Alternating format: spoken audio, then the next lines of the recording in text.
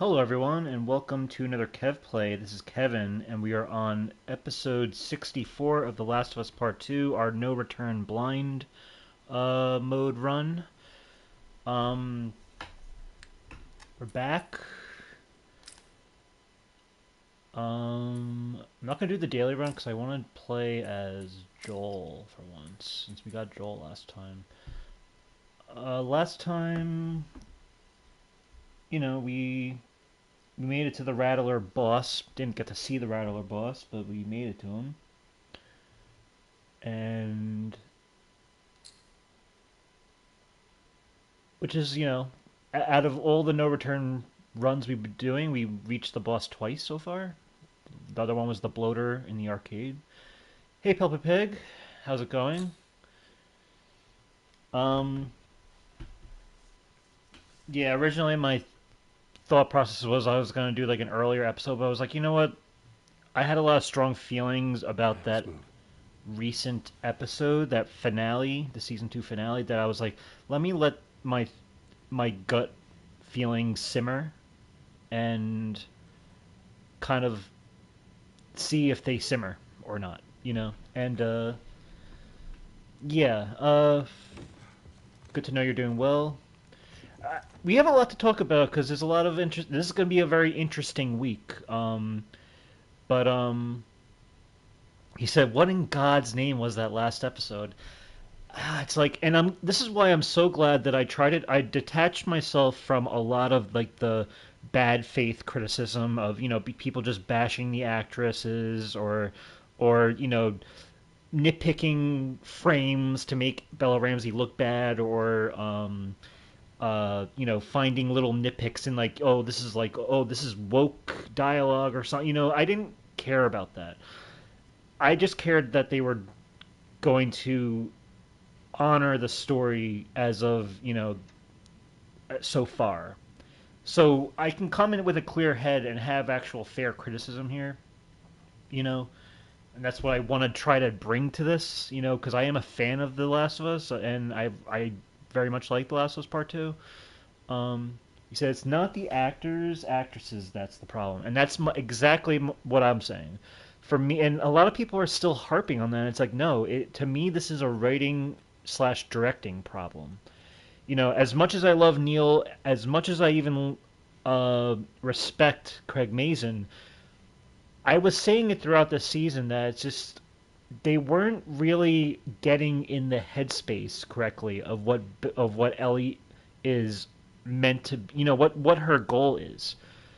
In the game, Ellie is hellbent. There's that trailer, that first teaser trailer of The Last of Us Part Two is Joel quote unquote walking in on Ellie playing the guitar, and then you know he's like, oh, what you doing, kiddo, or whatever, and then she like turns and it's kind of like this menacing look, and she's like, I'm going to find and I'm going to kill every last one of them, every last one of them. So it's not this wishy-washy, oh, I didn't mean to kill the person, I didn't, like, I'm just trying to find you. No, she wants to, like, the story for me, what The Last of Us Part 2 always was, is, following that, like, that gut feeling of when you've been tragically wronged, that animalistic feeling that you just want to go on you just want to raise hell. And that's what the story is what happens when you actually do raise hell, even when you feel like you have every justification to, regardless of morals, regardless of the consequences or who it affects. What happens if you just descend into this just dark place and you just go, ape shit against those who wronged you? And then the story is about, showing you how, it's just like it's not this solvable thing. There's no satisfaction from it. It's a long, arduous journey. There's not, it's not like this like uh uh bow you can something you can tie into a neat bow and be like, okay, I did my revenge or whatever. No, revenge is messy. It's a lot of times just unrewarding and spiritually just a vacuum. Um, and that's what the story is. And for like throughout the season, there's points where it's like Ellie's like she's like goofing around, and I get it. It's like you can still.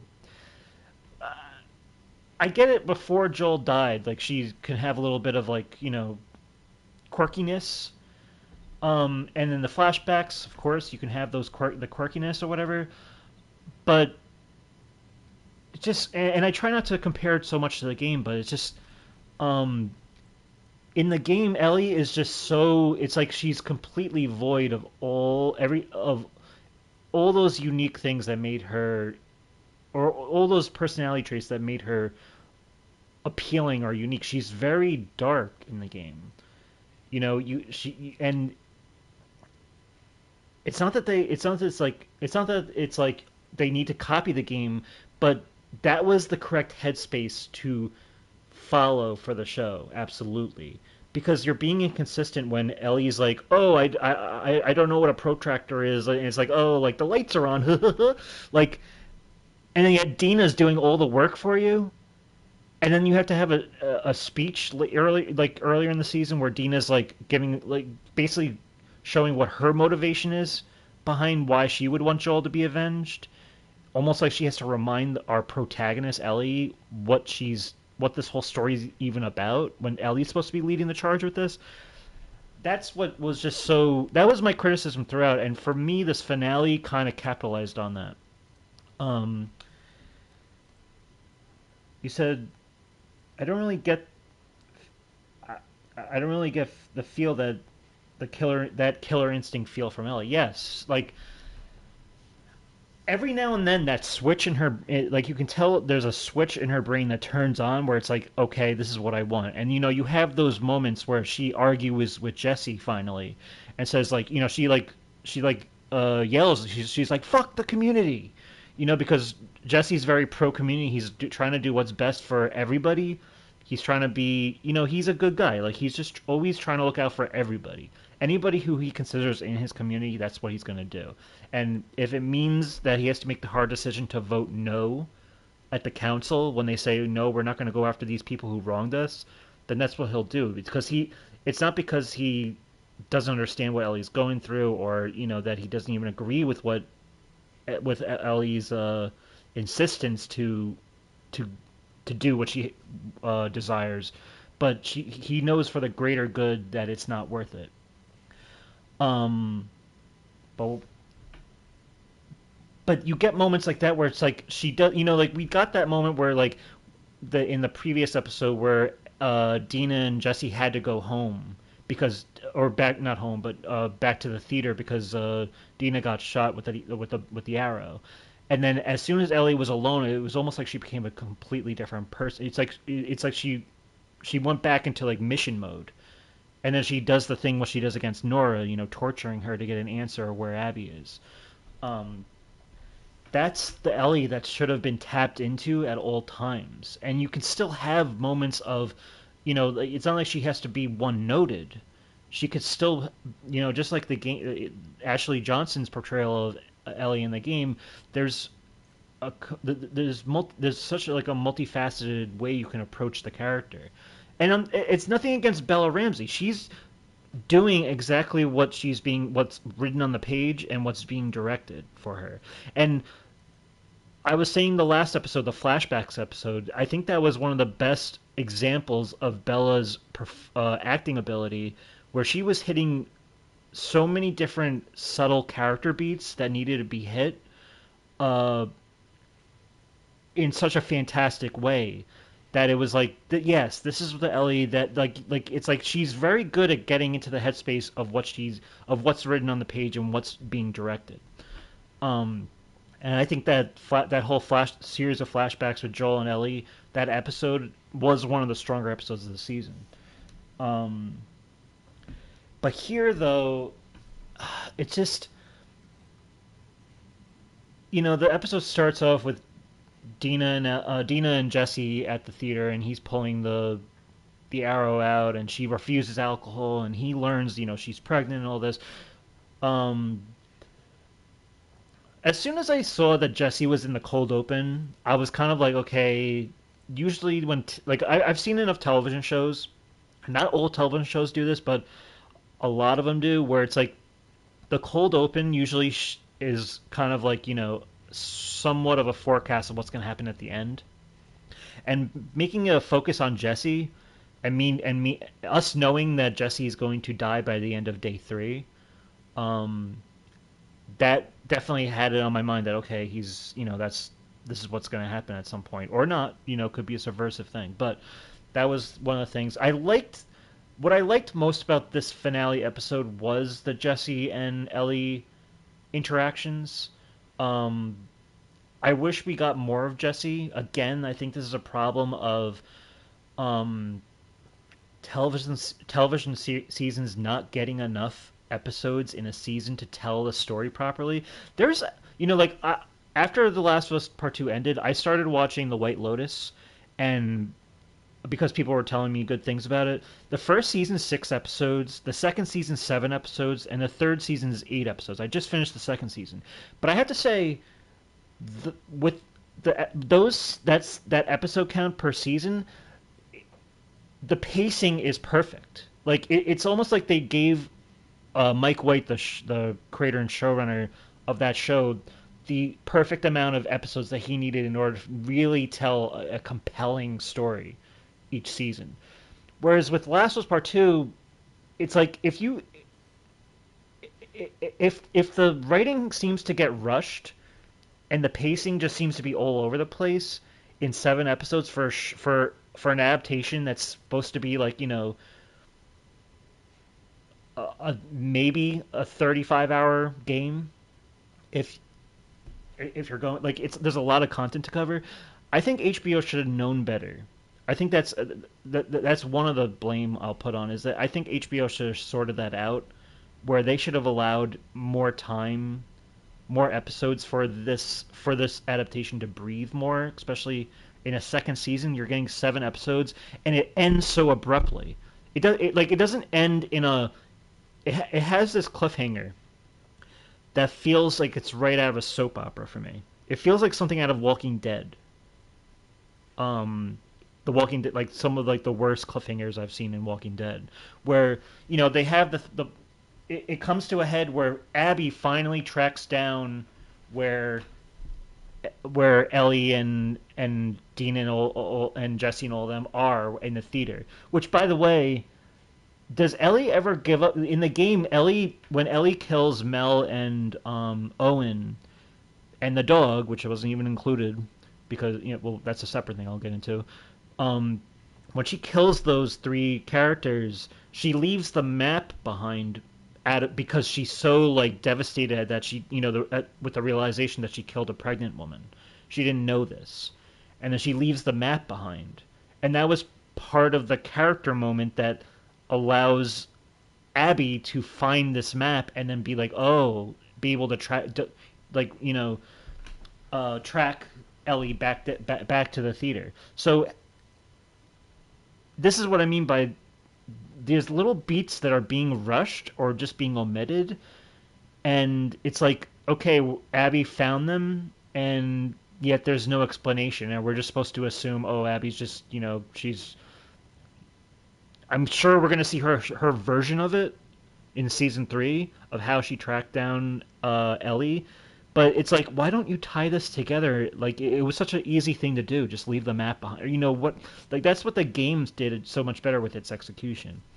Um, but what was I gonna say is the cliffhanger where Abby shows up and Jesse gets killed. It plays out pretty much exactly how the game played out, and then Ellie's begging, and she says like I know why you did. I know why you killed Joel. Like, so I guess that did happen in the game where Ellie does uh she does discover why Abby did what she did, which makes Ellie's lack of empathy for Abby's situation strong, I guess, or interesting, to think about, since they both have killed people that they love, but they're kind of just like not. There's no empathy between each other. But maybe there is. It's like I don't know, like maybe a little bit like, but that's interesting. But just the way this scene was executed was so. What I hate the most about it, it wasn't like the no no no no when she's about to shoot. That is one thing which kind of was like I don't get like this doesn't feel like Neil Druckmann and Craig Mazin are executing this correctly. That and I hate the cutaway when the gunshot goes off. To me, that is like the most lamest like audience baiting thing that that worser television shows are guilty of doing in the past for in the history of television. That's something like soap operas do. It's like, oh, did Ellie survive? Well, why even make that a question? Why even pose that question when we know that she's going to live? That there's so much more story to tell. Like I understand there's a TV audience that even for the TV audience that doesn't that may or may not know how this story plays out. Because I did see people speculating online, did Ellie survive? Like people who've never played the game.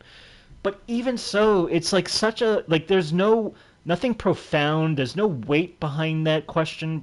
You know, it just the way they cut it is just so to me it's very cowardly for for a show that just killed one of its main protagonists in the second episode.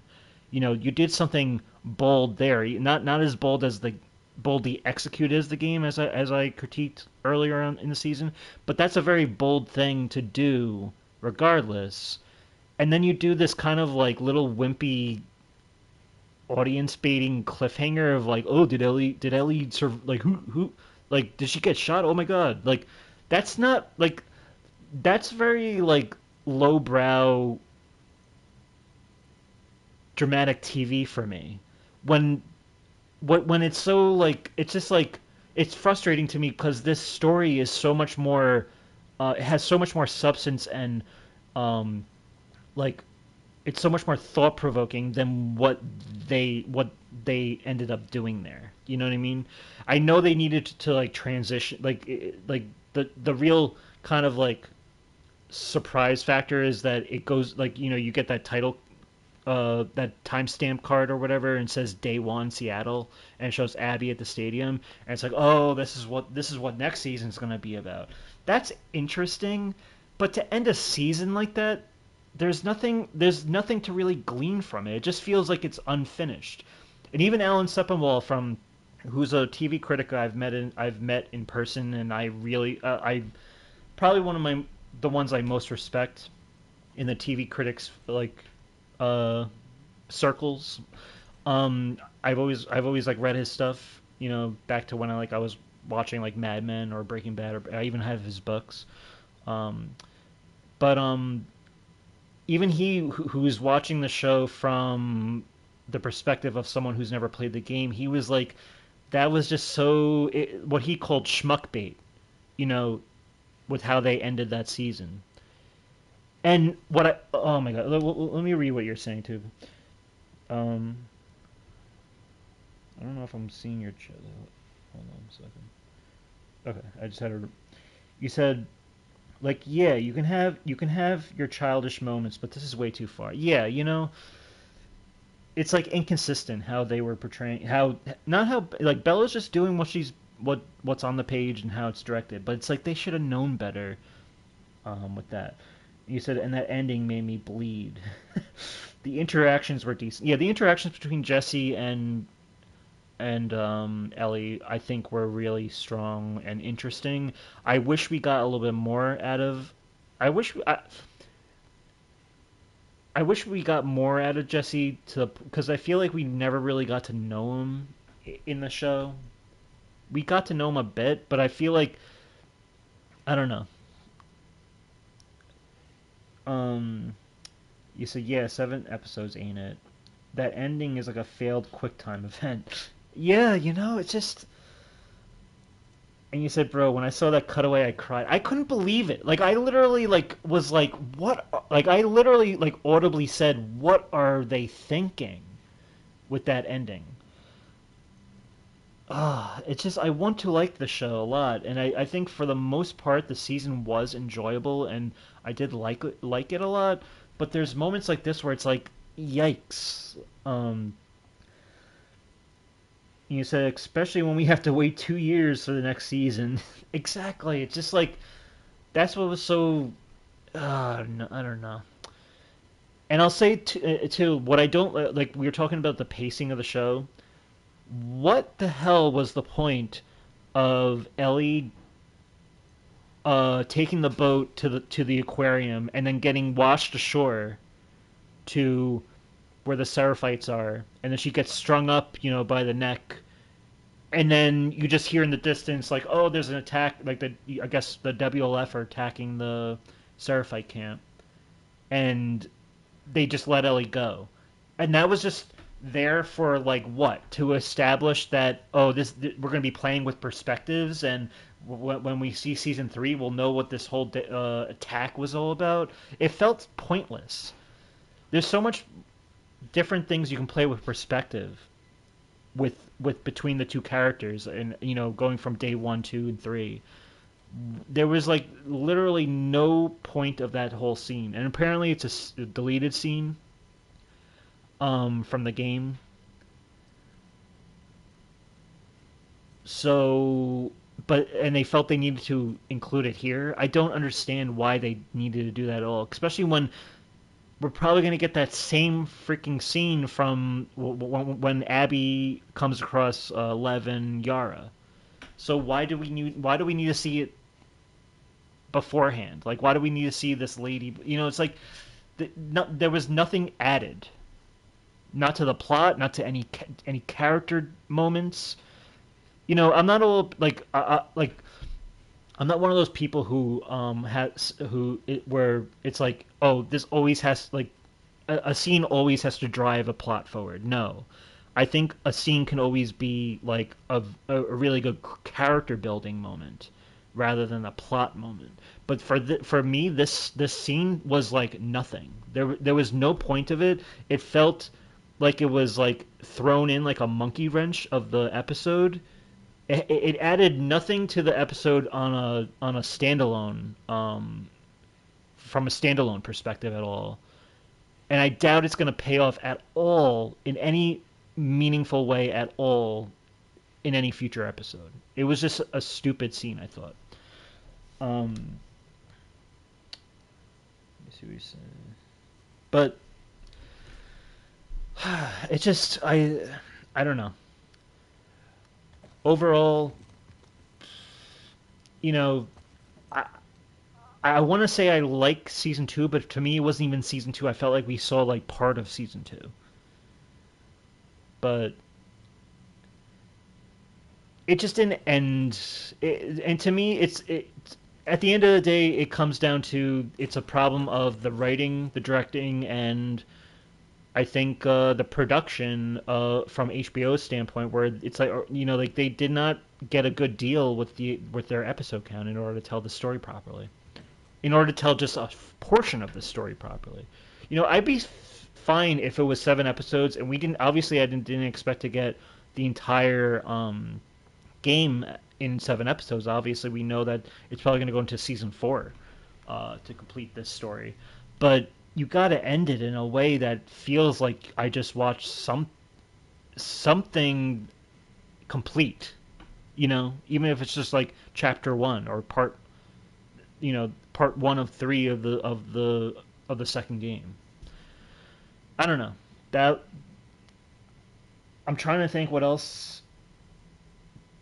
Oh, I saw so there was an interview with Craig Mazin where he said, "You said this was good in The Last of Us season one."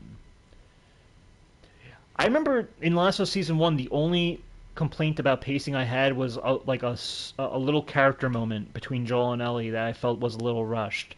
But other than that, that was a 9 episode season, and I thought it was impressively paced for getting for a game that's considerably longer. Um, but yeah, I saw this interview with Craig Mazin. They were talking about like why wasn't Alice the dog? at the aquarium, that Ellie in the game kills, and he said this thing that just rubbed me the wrong way. He said, "Oh, there's a rule in television.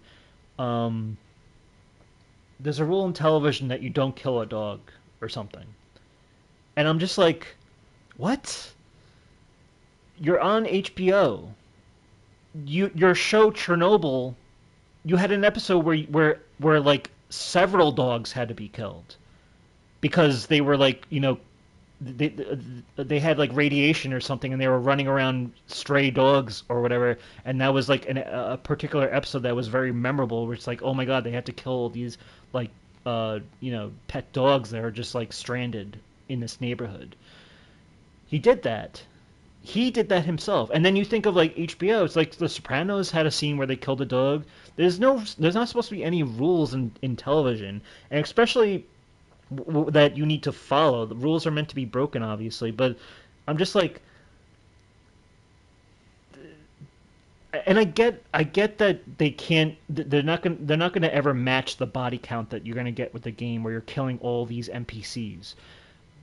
But this is a story that's supposed to be disturbing and graphic and horrible.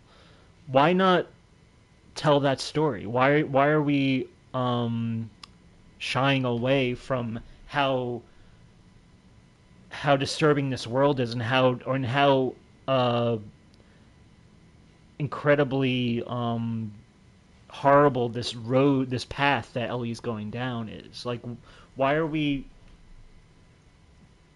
I don't know. It's like, why are we? I don't know. It's just silly. You said, wait, what? I've seen plenty of animals get killed. Yeah, exactly. It's just like, to me, like, I don't know if it was a budget thing, or maybe he really wasn't giving the answer that he meant. Maybe he meant like, because I know there is sort of a rule, an unwritten rule in television where it's like, don't work with animals, or else you'll be there like the production will take all day because some animals just aren't trained in the best way for you to get the scene that you need. So I understand that when you're working with live animals on TV or a movie, that it is difficult. I've heard children, young children is also hard to do. But come on, you're a filmmaker. You got to make, I don't know. That it's just very strange.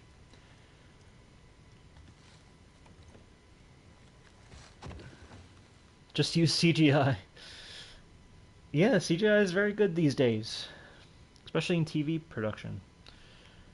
But even so, it's just like, come on, like there's ways to make it happen. But even if that wasn't, I don't know. It just seems strange. It just doesn't seem like they understand what's happening here. With it seems weird, and they don't seem to have Ellie's character down at all for me, like at all. Um, for Ellie to be pleading to Abby that she didn't mean to kill the people that were, Mel and Owen or whatever. It's like, what are you talking about? Like, Ellie is hellbent. She will kill anyone in her way. That's the story, and that's what she did. And I know Ellie's not truthful, but it's like, I bought it. I bought that. That's what that they're trying to go for nuance, where it's like Ellie's not, like, I think you should lean into Ellie being a monster a bit, in this moment when she kills all these people. I don't know. I don't know, but that we could talk about this all day, really. But I just wasn't a fan of it. It was just disappointing, a disappointing end to a fine season, I think, more or less. Encountered. Yeah, we'll just get right into it. If there's any other thoughts I'll bring it up.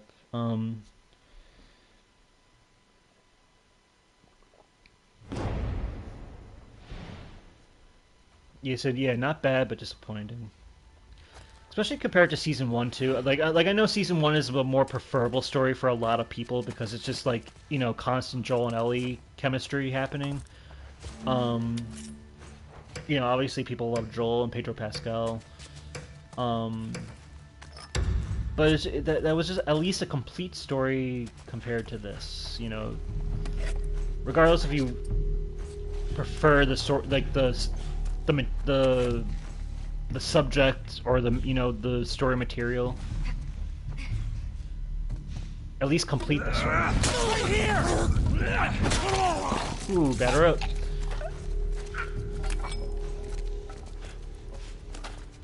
There's one more.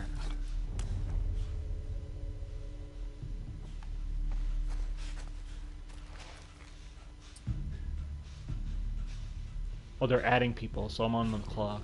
Jesus.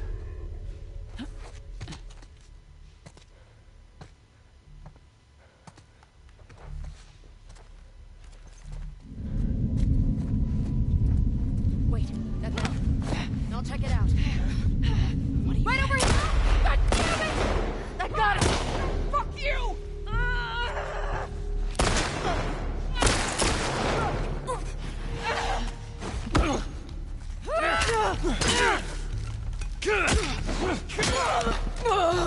Okay, hold on. Is this the last episode of your The Last of Us 2 series? Well, here's the thing I was thinking.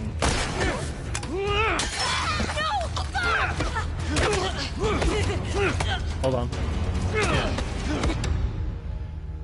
Okay, so I was thinking this. This is we've talked about the final season or the entirety of season 2. We have. Here's what I want to do. I want to do, since we have 4 episodes in our list left, and I'm guessing we'll get through 2. I feel like it would be best if we can, especially with how this week we're going to have the State of Play, Summer Games Fest, and even the Xbox Showcase, which, who may or may not show something like Spyro 4 or something. I figure let's give it one more episode after this, where where we can talk about all that stuff in bulk. We can finish off our list complete, and then I can go into my next game fresh, without us having to worry about our list. We can kind of return to form a bit, and talk about the next game I'll play from scratch, and then whatever miscellaneous things happen throughout that week or whatever. I just feel like it would be, since we'll have a lot to talk about next week or next episode, it's better to kind of just like give it one more episode of The Last of Us Part 2, like the no return mode, and then you know what I mean. That way, when I start the new game, I'm not like I want to be able to play the game a bit more. I'll still be able to stop and talk, but not where I'm just like overloaded with all this all these talking points. Because I'm sure after this week is through, there's going to be a lot to talk about. Because tomorrow we're getting a 40-minute State of Play. You said I will be watching all those gaming showcases. This is basically, we always say, oh, we miss E3. This is basically what E3 week is. They still have like this like time set apart where they go into all these games, and Sony seems to be doing it independently from like, I think that they're going to have some presence at Summer Games Fest, but they definitely intently made sure to make like a 40-minute State of Play the day before. I think it's 2 days before the Summer Games Fest, because Summer Games Fest is Friday. Tomorrow's a State of Play, which is very interesting. It'll be 40 minutes. And then Saturday, I think, or Saturday or Sunday is the Xbox Showcase. So we'll have a lot to talk about, and I think that will be a good way to kind of end, and plus it will like end on a nice like satisfying number of episode 65. Like right now we're on 64. I know we've been doing this for a long time, so I know we're dying to just get to a new game already, and I'm definitely looking forward to do that. All right, I, do I have nothing? You said, and I'll tell you about the Switch 2 when my copy arrives on Thursday. Nice. Yeah, my friend is also awaiting his copy. He was able to get my friend at work. He was able to get a finally able to get the pre-order to go through. Um, that's cool.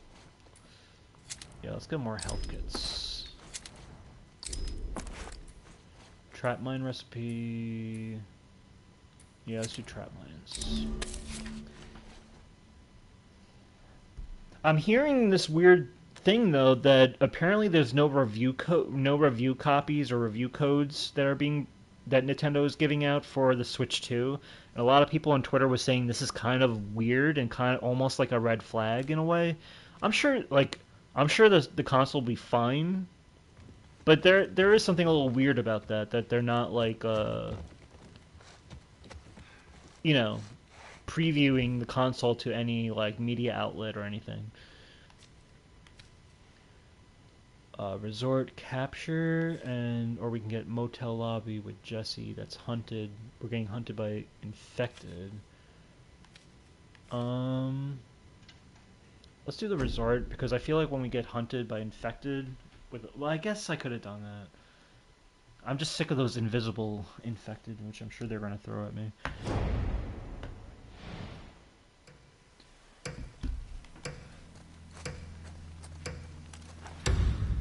Oh, there's tripwire traps. Alright.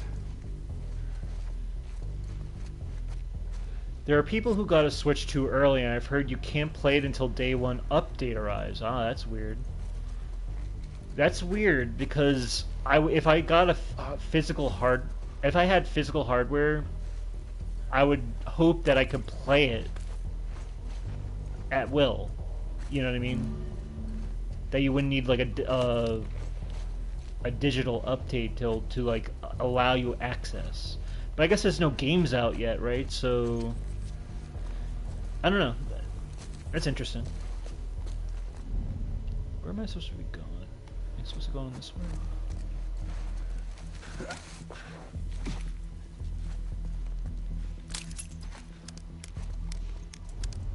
Okay, they're around here.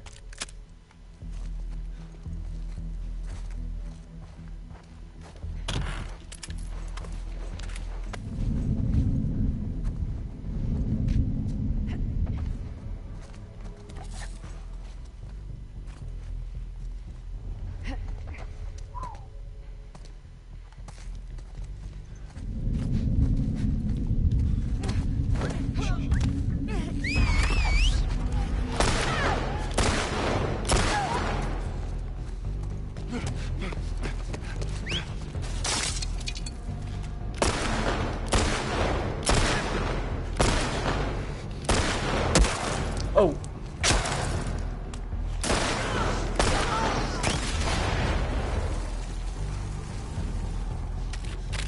Oh good, I was able to get some health there. Oh, is this guy gonna back up into it? One guy left. Where's that safe? Oh, let's get it! I don't think I ever got it before. Or maybe I did, I forget. Nice. Well then. A lot of goodies.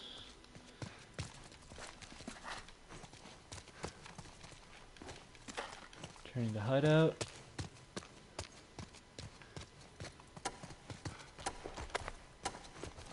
Okay. So you said, what do you say? You said, so Spyro 4, I don't usually get my hopes up, but something is telling me it's gonna happen. I saw, like, you know, there's something about, like, a rumor, but it's not, there's no, like, it's really just speculation, really. What Canadian guy A kind of verified. But it's very possible, like you said, and I think it is time for, you know, I feel like, look, Tony Hawk Pro Skater 1 Plus 2 and Crash Bandicoot 4 came out the same year. We already know about Tony Hawk Pro Skater 3 plus 4. Maybe Spiral 4. Maybe we can echo a little bit of that 2020 magic.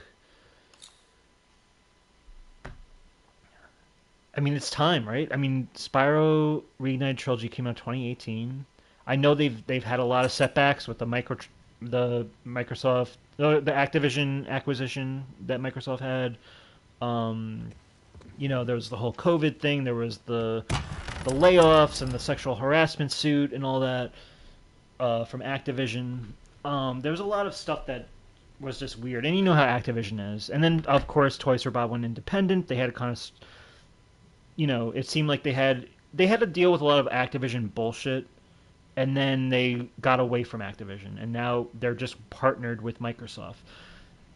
That was, it's been a while now. I feel like maybe they have something to show, even if it doesn't come out this year. Who knows? This will be the time to show it. Again, I'm gonna keep my expectations in check, but I feel like there's got to be something that's gonna shake out, that's gonna be interesting after this week's all said and done. You know, After the Sony State of Play 40 minutes, I imagine we're gonna get like Ghost of Yotei, more Ghost of Yotei information, maybe some Death Stranding 2 stuff we already know is coming out. But then it's like, what is the future of PlayStation? For the rest of PS5's generation, like, are they gonna show us a little something else that we've never seen? Are we gonna see stuff that we've just been waiting to see more of? What's Insomniac up to? What's Guerrilla Games up to? What's Sony Santa Monica Studio up to? What's Sucker Punch up to? Well, Sucker Punch we know is Ghost of Yotei. But are there any smaller games, interstitial games that might be coming out? Like, I don't know, I remember hearing something about like a God of War spin-off game or something. It's like you don't know. And I'm interested to see what is, is Bend, could Bend show something? Bend Studio? It's interesting. And yeah, Spyro 4, it's definitely possible. I think it's I think it's absolutely possible that we'll see that. I will be looking for it. I think I will allow my expectations to allow that. But I won't be disappointed if we don't, because I know we know at the end of the day Toys for Bob is cooking with something. But I do think it's a perfect time for us to see something. You said I'm not too excited for that State of Play. After our history with State of Plays, where it is most of the time hit or miss. There's a lot of I don't know, Eastern games that get shown, like the same Capcom stuff, the same Square Enix stuff we always see. But I like, if you can show me one Western studio, or one Western game, could we see an Uncharted 5 with Cassie Drake? Like, what we know that other studios are working on stuff. There's unannounced projects that are supposed to be like either smaller games, or games that like, I know Naughty Dog isn't working on Uncharted 5, but apparently the rumor is that another studio is. Like, maybe they gave it to Bend or or something. I don't know. There's definitely some interesting things, that because I feel like we're at the 5-year mark of the PlayStation 5. So to give us a 40-minute State of Play, I want to see something. We already know about Intergalactic. We know about the Housemarque game Saros. But what else can you show me? Can you show me something that can just make me a little excited? That'd be nice. But the Xbox Showcase, I can definitely see Spyro 4 there. Summer Games Fest, I'm sure we're going to see a lot of cool third-party stuff. I think Tony Hawk Pro Skater 3 plus 4, they said at one of their earlier events that there's still stuff to reveal about the game that hasn't been revealed yet. And so I imagine we'll see something from that. Maybe at the Xbox Showcase, maybe at Summer Games Fest. But give me something. Give me like a third party game too that I can get excited about. That's anything. We'll keep that. Keep this.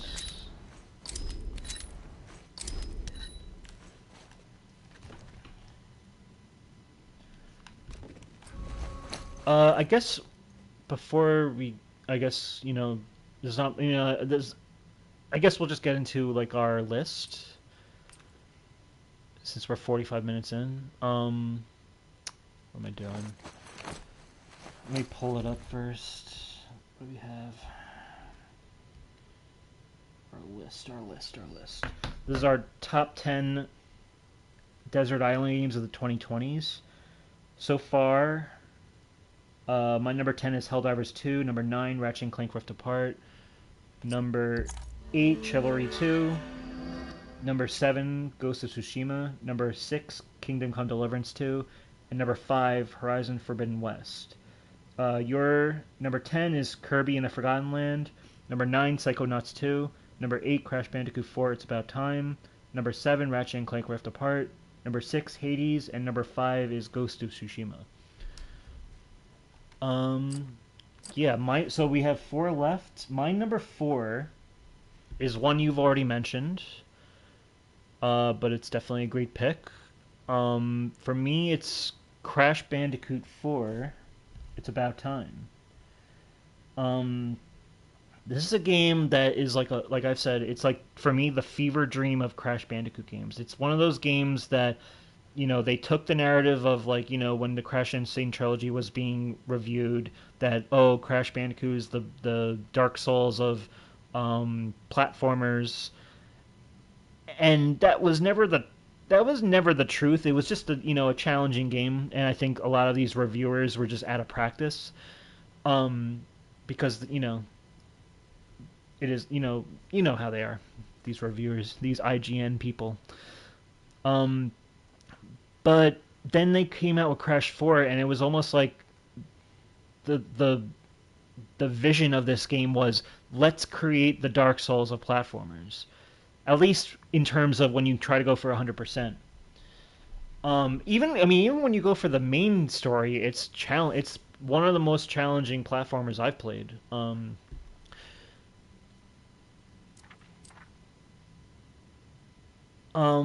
was I gonna say? It's a game that I'm glad exists. It's a game that I wish I could 100%. I wish they made it easier. I wish they didn't add so much like filler. Like the inverted levels can get a little wearing. I did a lot of them. I think I'm just missing 2 gems at this point. I did all the flashback tapes. The flashback tapes are some of the coolest, like, hardcore challenge that you can do. But what I love is that there's no lives, and you can just keep doing it until you do it. And it's like you have to do it in like a perma, one in one run. Like basically, you have to get all those boxes if you want those platinum tape or whatever it is. Which I ended up getting that. And I just loved how they, it served 2 purposes. It was the gameplay challenge of it was very intense, and it was something I always wanted. When I watch like when they do mods of like Crash 2 or 3, and they add all these insane little like in the bonus round they add all these like nitros and all this like they almost what is it, like Mario Maker or like Mario the Mario game that where you can create the level yourself. That's what the mods were doing. That's what I feel like the flashback tapes do, is that it's the developers going all out, like not holding back how challenging something can be, and really exploring every little nitty gritty of how intense the Crash Bandicoot platforming can be. And I love that.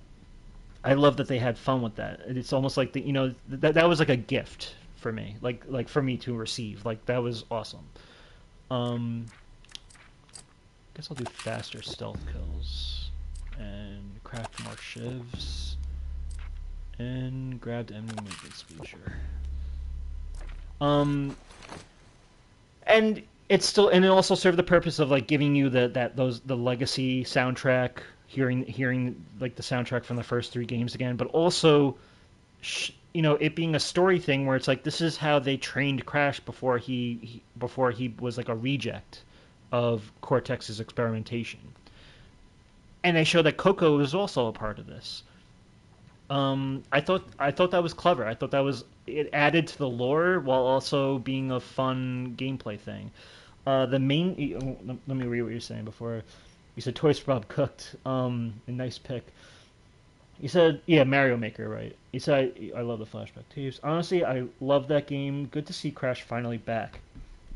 I'm glad that we're at a point right now where we're waiting for a fifth Crash game, not the fourth Crash game.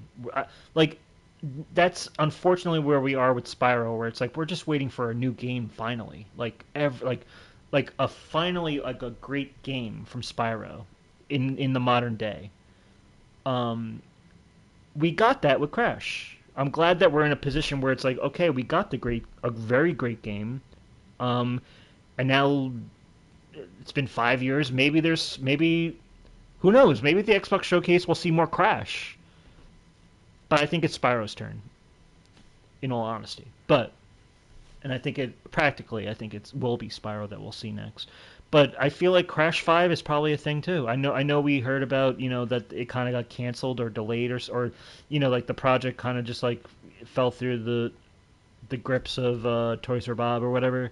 But now that they're independent, maybe they're also, I don't know, they're kind of their own, they're a smaller studio, but maybe they will be able to partner with Microsoft now and finally will, without any weird Activision interference, we'll be able to get a game like that. It will happen at some point, yeah. Did I do this? Hold on. They're not giving me. I can't craft anything. They're not giving me the option to craft, or work on my guns, which is weird. All right, let's get into it, I guess.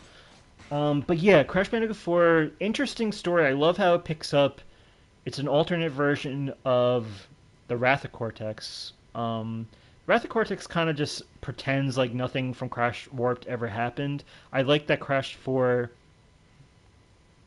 doesn't do that. That it picks up, that Entropy and Uka Uka and Cortex are still trapped in, are still prisoners of time, and that they find a way out at the sacrifice of Uka Uka, and or so it may seem, and that it becomes, a game that just doubles down on what Warped kind of led into, which is, Warped was always about time also, but this is like more so. It's almost like the fabric of the universe and the timelines are so out of whack, and I like that they take advantage of that and brings you to different level environments and points in time or whatever, and just really have the creativity, imagination, just go anywhere you want with a Crash game. For the most part, the main story is good. I like that we get to see a lot of the old cast back. That's always one of my favorite things when a Crash game comes out is who are going to be the bosses. You know what I mean? Like who are going to be who's going to return who's going to be like a returning character in terms of a boss. Will there be a new type of boss? I like that. Oh my god. Hunted. Oh, they're invisible, aren't they?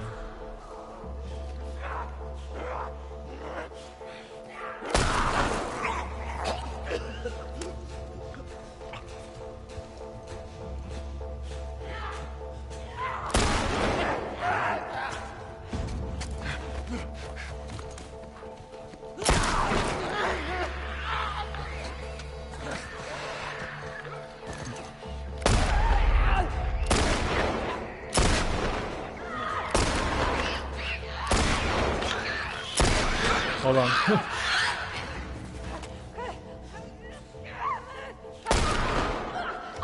This revolver is pretty sick. It's like a one-shot kill almost.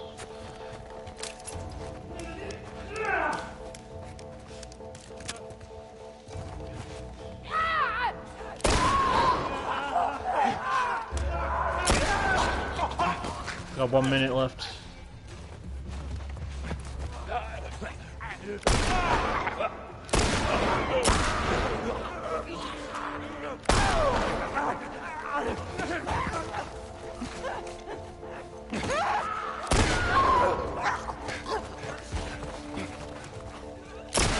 Whew. 30 seconds. Bring it on, Mr. Clicker. Wherever you may be.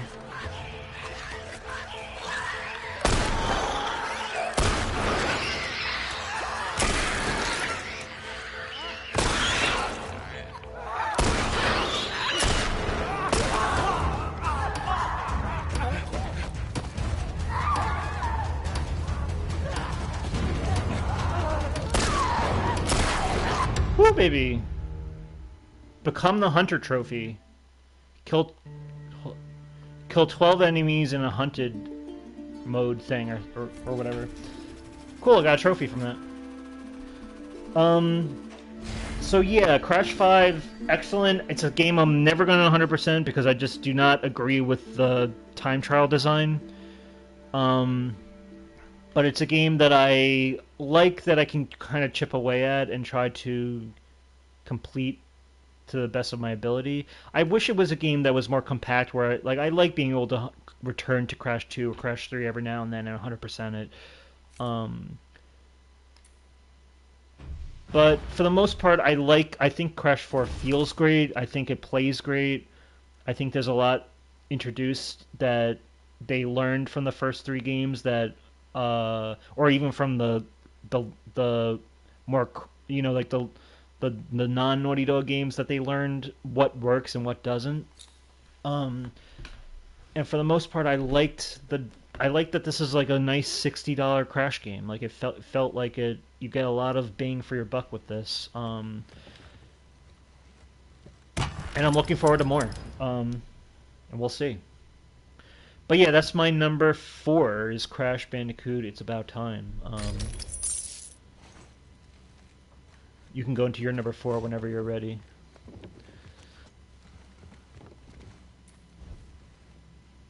I think maybe I'll get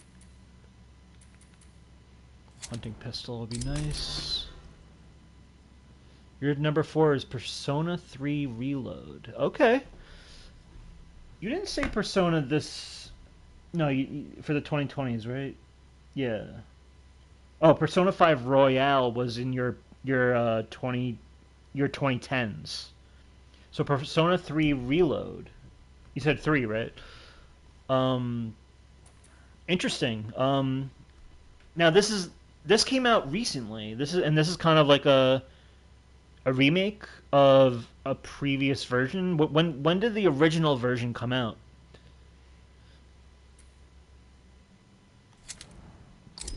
Buy some supplements. Let me see what you're saying. This is a remake of the 2006 game Persona 3. Okay. Cool. So now Persona 3 Reload, is it just a one-for-one remaster, or you said it's a remake? So I'm guessing, do they add anything more to this remake that makes it like, kind of how like Crash Team Racing Nitro Fueled is like a completely, it's just it's like way more than just Crash Team Racing, the original. It's like, all these levels and all these characters they add, or, you get like anything like, say, like the Crash and Insane trilogy, where they added like leaderboards for the time trials, like stuff like that. Like adds a lot more, a reload, as you may say. That's awesome. And again, we did talk about like the genre and everything last time with Persona 5 Royale. How does it differ, Persona 3? And is this did they ever do Persona 1 and 2, like a remake?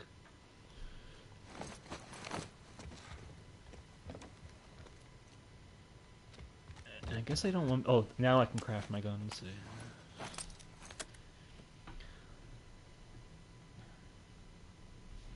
Yeah, if there's anything unique or special, yeah, feel free to just because I've never played these games at all. I literally have like not anything to add about these.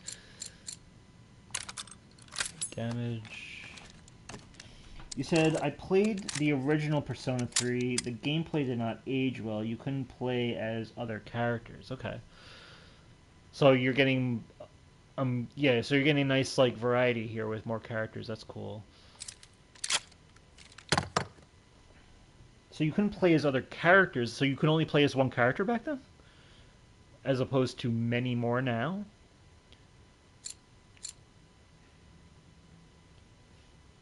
Did they add new characters that you've never seen before, or did they add new characters, or add characters that were in previous games, like other different games?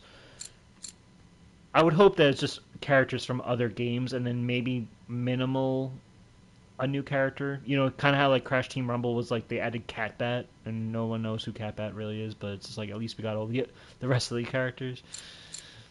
So yes, you can only play as the main. Oh, the main characters. Okay, so now you can play as more like the side characters too. That's cool.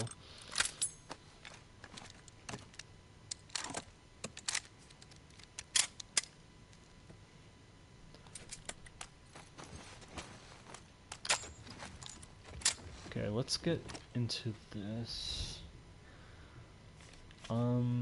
Forest, encounter type assault, or capture with the Seraphites.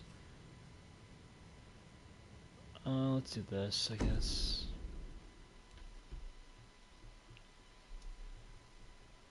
You said in the DLC, main character from Persona 5 appears as a boss fight. That's cool.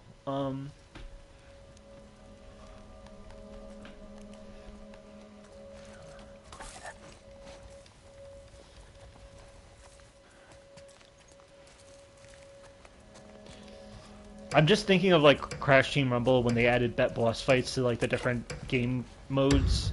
You can play against like the serpent thing, or like Bombo from Spyro, like just weird bosses that you wouldn't expect, but that you were delighted to see. So I'm guessing you kind of got that same delight by seeing like a returning face.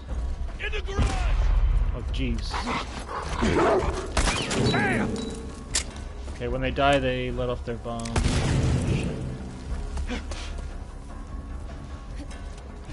I heard that!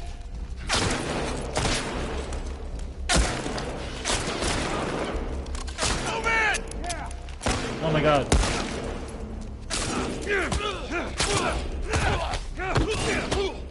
I'm gonna die. Damn it. That wasn't good. You said the graphics are amazing, the genre is the same, but there is a new cast of characters with every Persona game. Did they pull characters together, sort of like how Crash Team Racing Nitro Fuel did, where it's just like they brought everybody? Or was it just like select characters that it was like, okay, it was nice to see a handful of them return? But I imagine the genre would stay the same too. You know, they want to stay true to what the game is. Did I get anything? New ally unlocked. Joel. This ally is now available in future runs. Okay, so now Joel can appear in future runs. That's cool.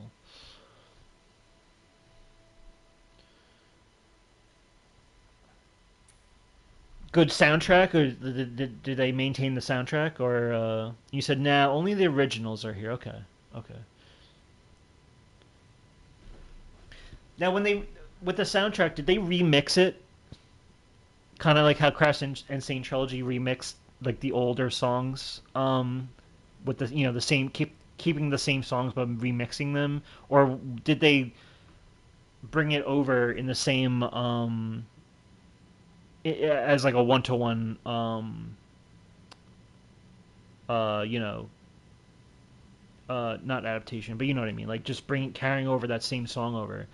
Or did they give you the option, kind of like how Spyro Reignited Trilogy gave you the option to listen to the more dynamic version versus the original version?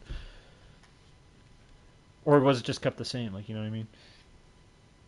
The soundtrack please go listen to the soundtrack of the Persona series. I didn't give it enough credit last time. I think because like I mentioned you said the soundtrack is remix. Okay.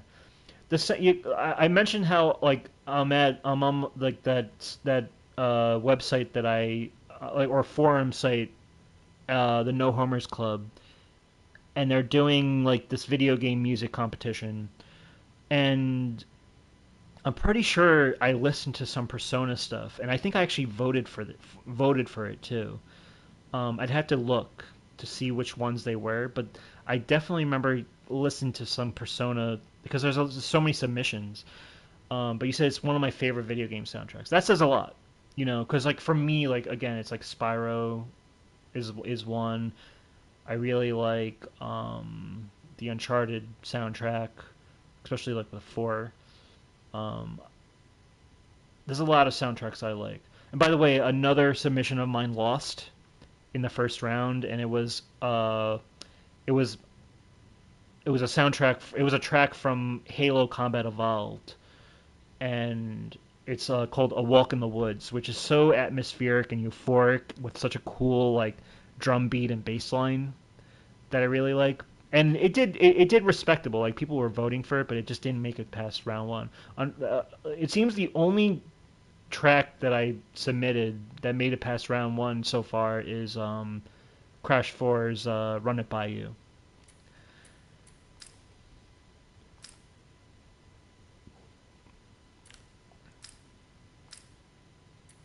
I think I'm gonna play as Ellie again because I feel like she's more balanced. But it's good that that and I'll have to let you know what tracks were the Persona submissions Okay, that my turn. and I'll send you it. I'll even send you what it's up against. But yeah, that's cool. I mean, do you have anything else to add about Persona 3 Reload? Because again, it's like it's hard for me to really talk about it without really having a better context as to how the game, how the game's played and what, I just have no experience with it. But I know that it's like a touchstone for you, is this series.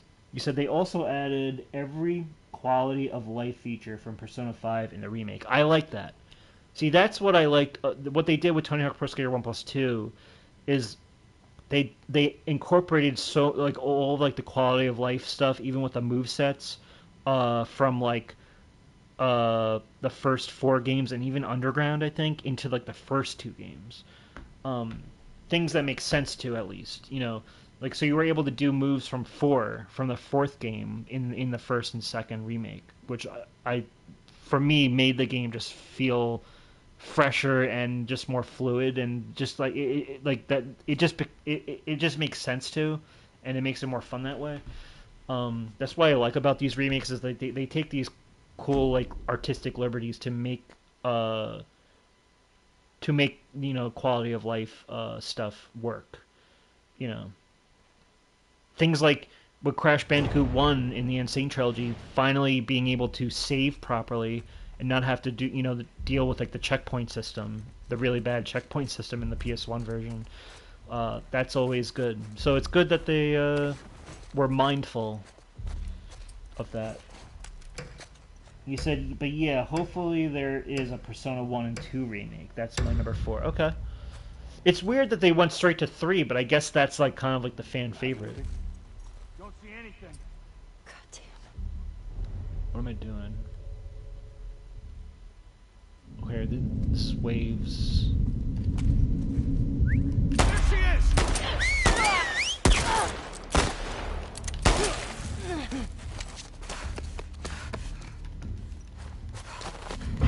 Caught you, wolf! I'm not a wolf.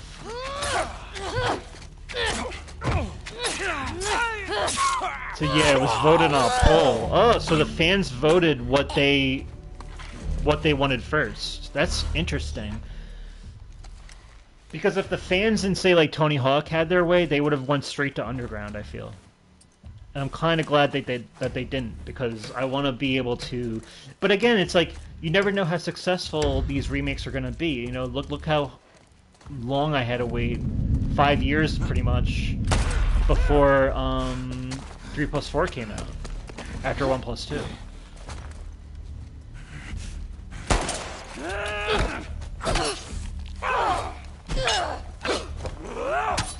Damn it. Oh. Yikes. Okay, not my best effort. But yeah, okay, that's your number 4. I guess I'll go into my number 3.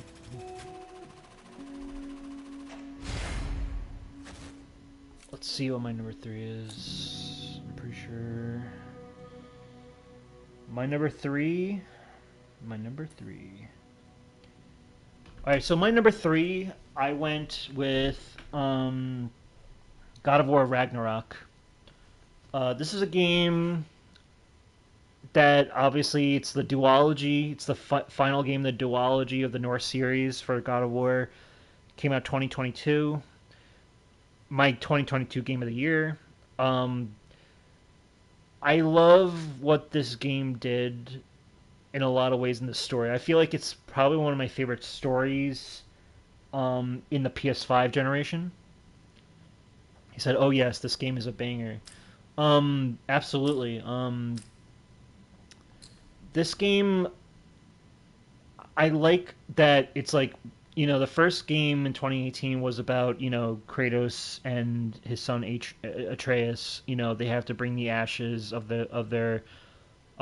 Kratos' wife and his mom, Atreus' mom, to the mountain, up the mountain or whatever, and spread the ashes there. It's a very simple storyline, but the whole journey really is about the father and son dynamic, and Atreus is a kid and he's just learning that he doesn't even know yet that he's a god, or that he has this background from Kratos, and Kratos is holding this whole mystery of his whole past from like the Greek games. I thought that was a great first game. The second game, is like kind of like the winter is coming game of like, we get teased at the end of the first game that Thor is coming and that there's going to be Odin um um and that this great war is coming. And I think this, for the most part, the second game really delivered with that. With Ragnarok, um, everything just becomes like a snowstorm, like full of ice. That intro with Thor and Odin showing up at the cabin where Kratos and Atreus live is one of the coolest intros of like these are characters that they're all gods, and it's like this is going to be one of the greatest chess matches of um of really the franchise in a way, because there's a lot of trickery that's happening. There's a lot of like manipulating, and like you're worried whether Atreus is like whose side is he going to be on with all this, because Atreus, we also learned from the first game, is what's his name, forgetting, it's Loki, that we learned that he's Loki, and so he's like, Atreus is like figuring himself out. He's a teenager now. You get to play as him too, so you feel a sense of like he is this more independent character now. A lot of people were like down on like, oh, I just want to play a God of War game. I don't want to play as like Atreus with his bow and arrow. But I liked that they strayed away from what we're used to. How many God of War games are there that you need to only be playing as Kratos? I liked playing as Atreus and kind of like you know, developing his character more and being able to do it from the perspective of the gameplay. You said, now we have Thor and Odin in this game. It's amazing. I said I like being able to play as Atreus. Yeah, and honestly, if there was an Atreus spin-off game, I'd be down for it. I'd definitely pick it up. But yeah, this game is like, what was I gonna say? I love the story. I love the introduction of a lot of these characters. I love one of my favorite additions is one of the most like the biggest asshole character ever is Heimdall. I thought he was such a cool character. He's very much in line of like uh how I love how they portray like the Greek mythology in the original series. Is just like a lot of these gods are portrayed as just like, you know, complete pieces of shit. I like how Heimdall is just a snobby, like, you know, he doesn't give a shit about anybody. Fuck's sake. He's like all powerful, like he's very quick. I love that scene where like Atreus is climbing the mountain. It's the wall! Cut this! Atreus is climbing a wall, and then Heimdall reaches for his hand, and oh god. Helen! Hold on.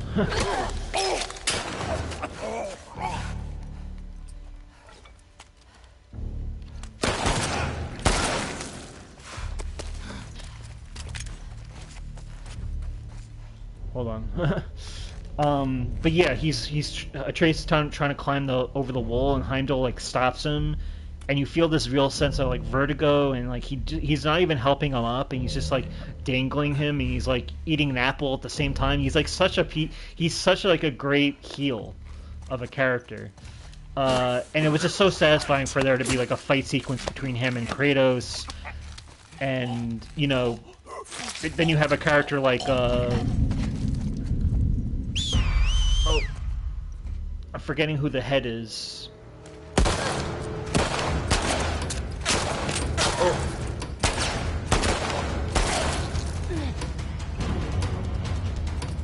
Whew. I was gonna say, who's the head that Kratos carries, like on his... Oh, Mimir, that's right. Him kind of being kind of like the voice of reason and having like a little sense of morality and like being like trying to keep Kratos from becoming the guy, because Kratos is just trying not to become the guy he was in the original Greek trilogy. I love that story as much as like the world of the Norse world kind of tempts him to be that person. Especially if he's going to take on like, you know, big guys like Odin and Thor. It's just such a great epic story. I feel like following stories in a certain mythology, an established mythology, is probably one of my um, favorite examples of being in the fantasy genre. I like it when there's kind of like there's a deep lore to it, and I just love how you know, Cory Barlog and this new director, I forget who the new director was. I'm blanking on the name, but I like how they portrayed and how they conveyed to the audience of how, you know, of how Kratos maneuvers in this type of world. Um, you said I like Kratos' new spear throwing weapon. Yeah, that was awesome. I like that one. And of course, you get to meet the Norse god of war. And without any spoilers, I won't go into like any spoilers or anything, but like the Norse god of war is just so interesting. I like how he's just like he's taller than Kratos. He's kind of lanky. Uh, who's the Norse god of war's name again? I'm blanking on who the Norse god of war is. What his name is, but he was a cool character, and I like how he's a little bit more humble and a little bit more, you know, trying to be peaceful and stuff. And um, he's a cool mirror image to what Kratos is in a way. Yeah, Tyr. I'm sorry, Tyr. I'm just blank. It's just been a while. I'm just like, you know, my mind's all over the place. But yeah, Tyr is a great addition. There's so much stuff that happens in this story that's just very surprising, and even like a lot of crazy character moments where it's like, wow, I can't believe that character is like this now, or like that they've just, you know, or whether they descended into something, into a certain personality, or like a emotional state, or you know, or whatnot. Um, and yeah, and then there's other characters too. You have like Thor's daughter, Thor's wife, who's voiced by the same actress as the actress who voices Elena in Uncharted, and you can actually hear her voice is very similar. Um, oop. And he said this game got DLC too, which was, it was like announced for free, and it was announced like, oh, it's available now. At I think it was a state of play or so, or maybe it was like, the not the Summer Game Fest, but I think maybe at the Game Awards or something. Um, and yeah, that was one of the coolest DLCs. First of all, it introduced me. It introduced and created helped create an admiration for the genre of the roguelike. Um, you know, but it also was a game, a DLC that really explores Kratos' like past, which was awesome. You get to fight like, the Greek monsters again.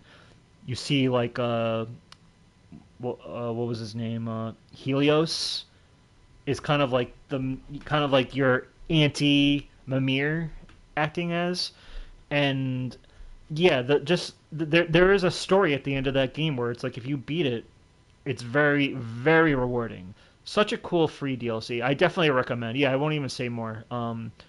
There's just so much to unpack with that, and it was just a lot of fun. And it's addicting. The gameplay is a really fun, and when you fail at it, you still there's a sense of progression that you're really gonna like. Like it feels like okay, my next run's gonna be even better now because I earned all this stuff in this previous run, and I get to apply that.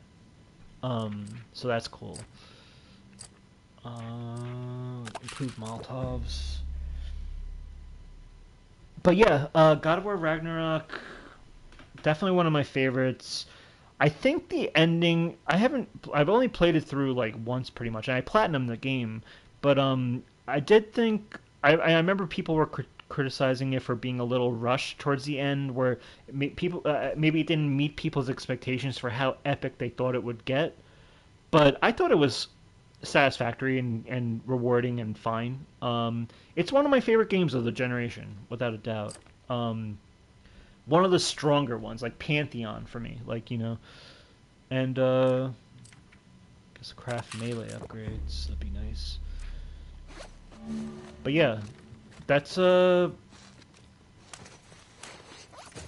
game was just full of surprises, and it's just so cool. It's a game I wish more people were. I wish like my friends were aware of it, of how cool it is, because obviously they'd have to play the first game first. But one of my friends did play the first game first, so I think at a certain point he said he's going to pick this up for if it's like on sale or something, which it should be by now. So, um, but yeah, yeah, that's what I would say is my number three. I guess yeah, I don't really have much else to say, but yeah, if you want to go into your number three, feel free.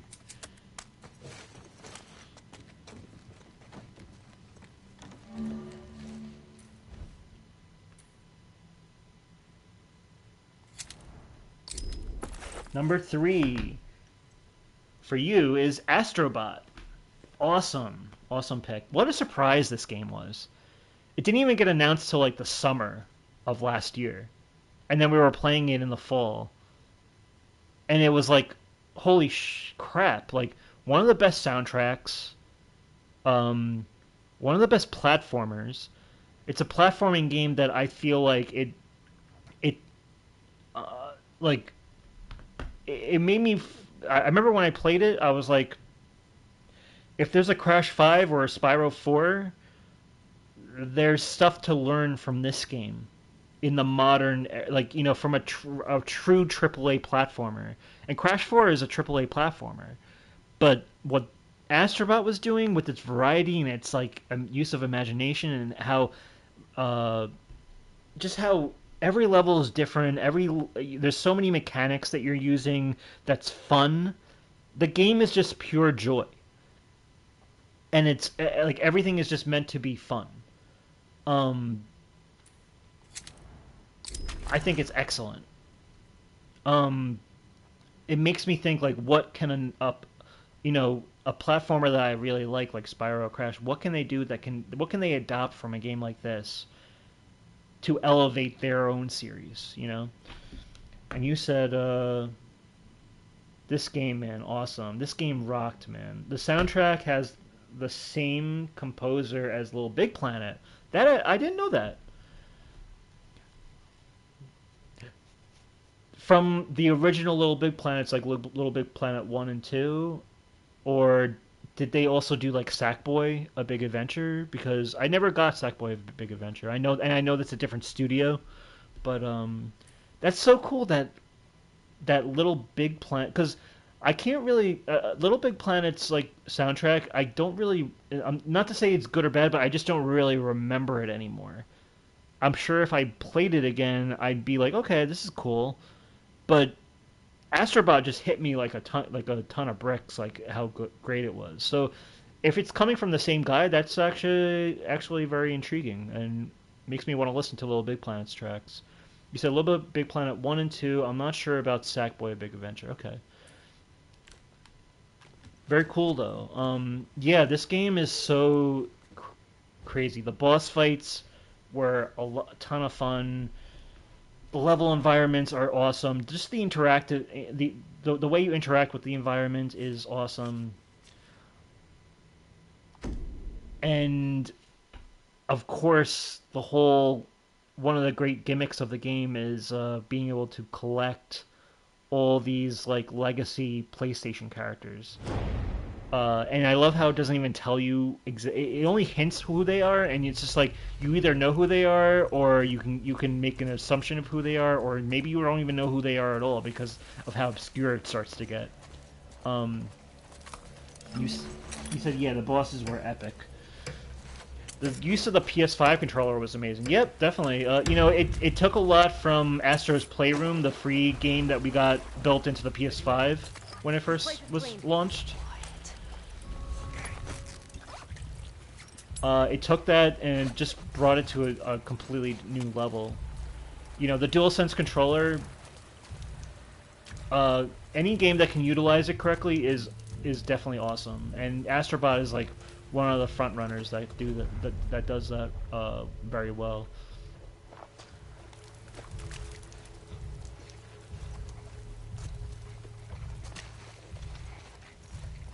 I don't know where these people are. So yes, collecting all these characters from PlayStation history is great. Got them! By the car! Oh shit. May she guide you. Move up! I got it!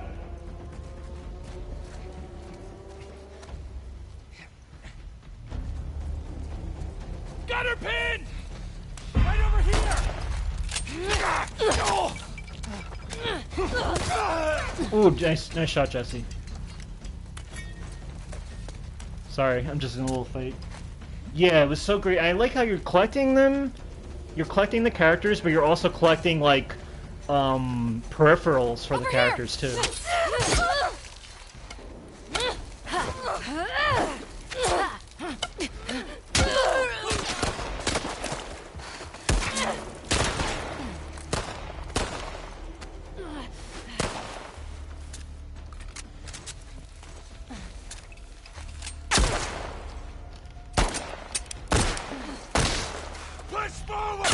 Oh my god. No bueno. Yeah, but yeah, Astrobot's amazing. The graphics are great. I teared up at the end of the game when, like, spoilers for anyone who hasn't played by now, but I'm sure if you're listening to this PlayStation focused channel, you must have played Astrobot by now, but, I'll allow you some time. But yeah, that ending where Astrobot takes on the boss, and then he sacrifices himself for all the other Astro people, and then he's like broken. He's almost like a Toy Story broken doll at the end of it, and then you have to put him back together, and everything about that, and everyone's like rallying together to make sure that he lives. That was such a sweet moment, memorable moment in video games for me. I was talking earlier about how about how Kingdom Come Deliverance 2 made me tear up towards the end, and I said very few games have done that for me. Astrobot's definitely one of them too. But it's awesome. You said playing as other characters that represent each generation of PlayStation is amazing. Yes, absolutely. I love that final boss fight too, where it's like, you go through the PS1, or the yeah, you're going through the because you're trying to catch up to the PS5, I think, and then it's like you have the PS1 ship going through, and all the PS1 characters are trying to help you, and then the PS2 ship comes, and all those type of characters are trying to help you, and then and so on. That was a lot of fun.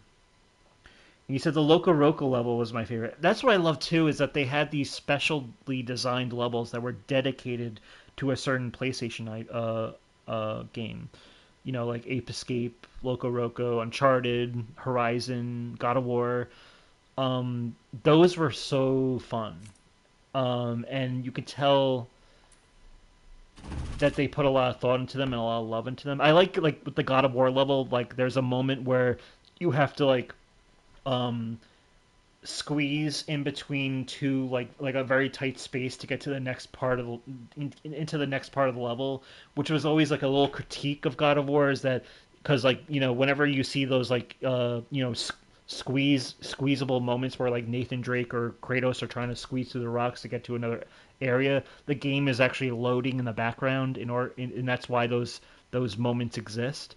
So they in a PS5 game where the SSD allows loading instantaneously, and that you don't even need to do a level design technique like that anymore. I like that they threw that in as like a joke. I don't know if you picked up on that, but that was a lot of that made me chuckle. Um,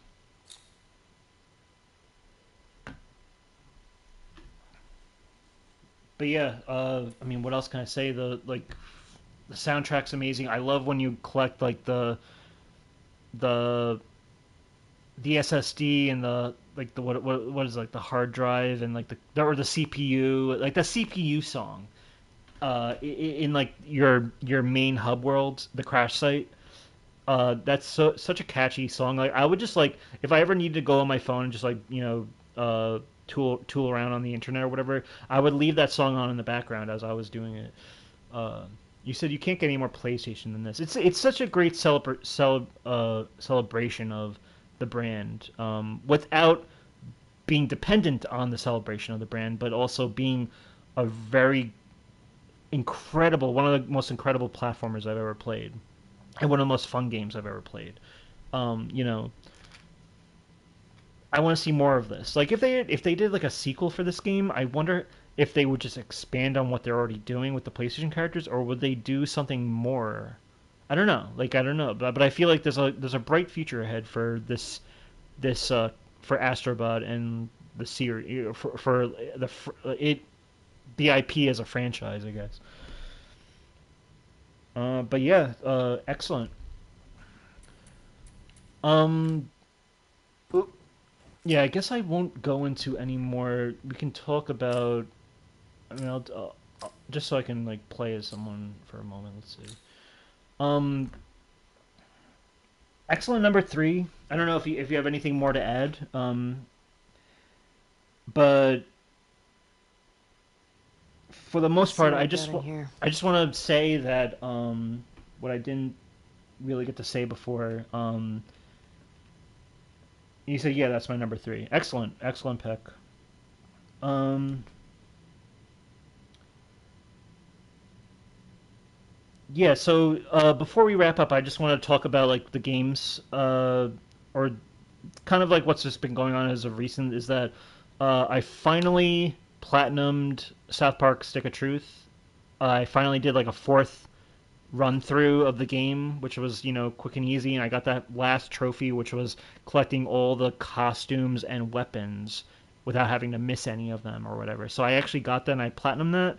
It's my second platinum game of the year after Jack X Combat Racing, and now I've platinumed every South Park game or every available South Park game with trophies. Being South Park: Stick of Truth, South Park Fractured Butthole, and South Park Snow Day.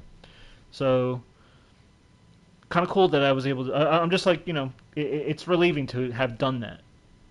You said I finally beat Sniper Wolf on Metal Gear Solid. Ah, okay.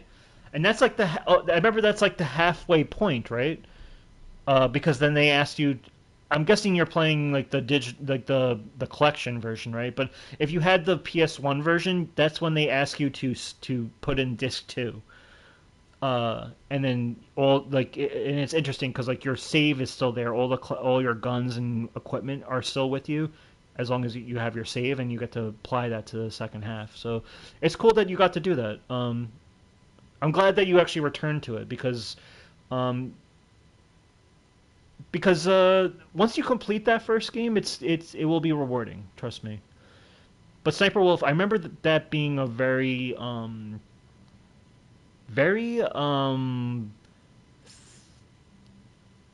kind of sad moment. I remember what's his name? The guy with the glasses. I'm blanking on his name. He had a moment, like a monologue after that moment, where it was just very cathartic and emotional and profound. And I like because I think he had kind of like a he was kind of he kind of had a thing for Sniper Wolf in a way, having worked on the bass and everything. Um, but yeah, so yeah, I can't let that game go to waste. Definitely, I'm glad that you were able to do that. I mean, yeah. Other than that, I actually because now after platinuming South Park: Stick of Truth, I was like, is there any game I can play before the end of June? Because the end of June, June 26th, is when Death Stranding 2 comes out. So I'm gonna be like very deep into that game when it comes out. But I was like, is there any game I can play that I can, that I can probably finish within a month or so? And I'm going through all these games. I'm like trying to think. I'm like, I don't know what game I want to get. But then I came across on Amazon a very affordable version. It was only $17 on Amazon. It was a refurbished physical version of. I decided like this is very strange of me, but I decided to get Halo Reach for the Xbox 360 because I played Halo 1 through 3 and I played Halo 4, but Halo Reach is actually like the last Bungie, like when Bungie was a great studio, the last great Bungie Halo. And I've never played it before, and it's a prequel, from what I understand, to the trilogy. And it's interesting too because I did back when I was like a teenager, I did read the book Halo Reach. It's supposed to be like I actually haven't played it yet because I forgot that like with Xbox 360 you have to like make sure your batteries are like charged and everything. I was like, oh, so I actually got it yesterday. It arrived yesterday, but I wasn't able to play it yet. So maybe I'll play it tonight later. I don't know, but the reviews for this game are really really good. It's supposed to be a really cool shooter, and I'm just like interested to see like what is a fourth entry from Bungie with Halo. What does it look like? Is this like you think of like Crash Bandicoot, like Crash Team Racing was the fourth, Jack X Combat Racing was the fourth, like that was kind of like not to say that this is a racing game that I'm playing, but like it's like kind of like their swan song, and I feel like I'm about to play their swan song in a way. So it'd be interesting to play. But it actually is supposed to be a prequel, and I have actually read the prequel version of the book. So I'm wondering, and I read that back when I was like a young teenager. So I don't really remember much from it, but I do remember some broad stroke stuff about it. So I'm interested to see how similarly it might be adapted, or maybe it's not. Maybe it's still like a separate story or something. I don't know, but it's something I'm willing to check out. It's like I don't buy Xbox 360 games. Like the only games I have is Halo 1 through 4 physically, and now Halo Reach. So, and I figured now that they're porting all these Xbox games over to Sony, I'm like Halo Reach is probably a game that's going to be one of the last games that will be ported over, and who knows if they're going to do a proper physical version. So I was like, let's get Halo Reach. It was only $17 on Amazon, so I was like, this is cool, and for like a new version, and it came in good quality. So, but yeah, we'll see. Um, Other than that, yeah. Haven't really. I tried to play like God of War Ascension, which I'm stuck at a part still. I actually the timestamp of the last time I played was back in 2022, and I got stuck at this part, which is like this really punishing part where you have to go through phases of an elevator, and the checkpoints are just very. It's like you have to do it all in one shot. There's no checkpoint to it. So trying to like I'm like maybe I can now that I have some time to just fool around with some games. I was like let's try this game again, and playing it again I was like oh my god like it's like getting thrown to the wolves. Like at least with when I played it from the beginning I was able to get into the mode of how the game's supposed to be played and everything. If I just jump into it like cold, it's like I have no like discernible way of how to approach the enemies or anything. Like just very very difficult. So I put that down. I was like, yeah, okay. This isn't gonna happen. It's probably the one God of War game I have.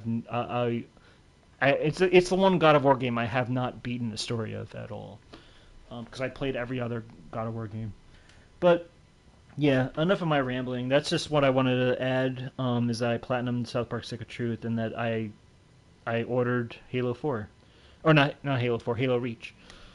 But yeah, cool that you beat Sniper Wolf, and yeah. So next time, tomorrow there's gonna be a state of play, 40 minutes. Um, I think Friday's Summer Games Fest show is the Summer Games Fest like live event with Jeff Keighley, and then during the weekend it's gonna be an Xbox showcase. So something's gonna shake out. We're gonna see what happens. It's gonna be a busy week, and then we'll make one more episode of for the Last of Us Return mode in order to cover all that. Be able to just talk and relax, just play casually, more casually, and just talk about. And then we'll finish up our list for the top 10 Desert Island games. But oh yeah, let me just recap our list before I sign off. My number 10 is Helldivers 2. Number 9, Ratchet and Clank Rift Apart. Number 8, Chivalry 2. Number 7, Ghost of Tsushima. Number 6, Kingdom Come Deliverance 2. Number 5, Horizon Forbidden West. Number 4, Crash Bandicoot 4 It's About Time. And number 3 is God of War Ragnarok. Your number 10 is Kirby and the Forgotten Land. Number 9, Psychonauts 2. Number 8, Crash Bandicoot 4 It's About Time. Number 7, Ratchet and Clank Rift Apart. Number 6, Hades. Number 5, Ghost of Tsushima. Number 4, Persona 3 Reload. And number 3 is Astrobot. Awesome, awesome list. Alright, we'll sign off there, Pelpa. It's been a pleasure. Anyone out there who wants to like, comment, or subscribe, it's greatly appreciated. You can subscribe to KevPlays9490 on YouTube, and or follow me on Twitter at Let's Watch Series. Other than that, stay safe, stay safe, stay healthy, keep a clear head, and keep on gaming. And I'll catch you all next time. Bye bye.